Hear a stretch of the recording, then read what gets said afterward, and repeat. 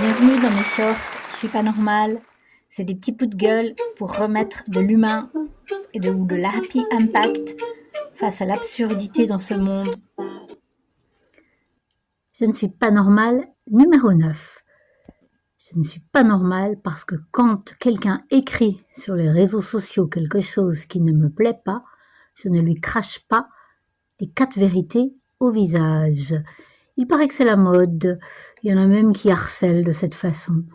J'ai bien ri sur le sketch de Blanche Cardin quand elle compare ceux qui crachent ainsi leur venin sur Twitter à un client dans un restaurant à qui se verrait amener un plat d'épluchures de pommes de terre au lieu de son plat principal, parce que c'est à peu près ça qu'on fait.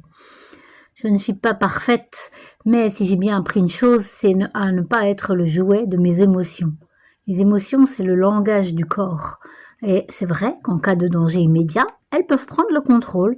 C'est une forme de protection, de survie, d'une forme d'airbag. Mais dans la vie de tous les jours, on peut mettre de côté ce mécanisme. On peut apprendre à décrypter les émotions. Voilà. Et ça change la vie.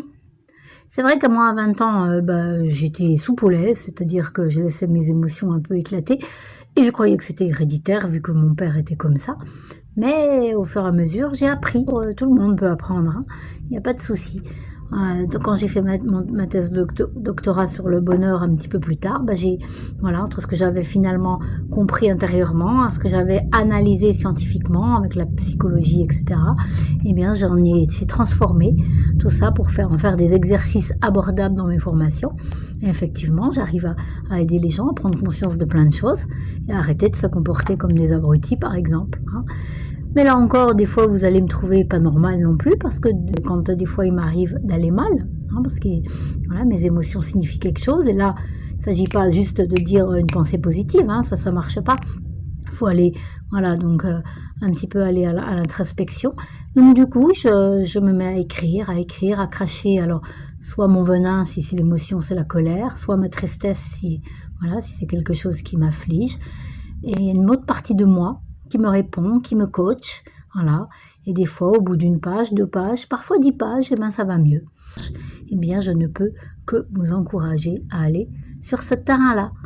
Voilà, donc je fais aussi des accompagnements, je vous rappelle, comme formatrice, donc n'hésitez pas à me retrouver sur aussi ma page LinkedIn. Au plus profond de moi. Ciao. Quand la fenêtre ouverte laisse rentrer le chat, quand je donne tout autant que lorsque je reçois, comme une ritournelle, la joie s'impose à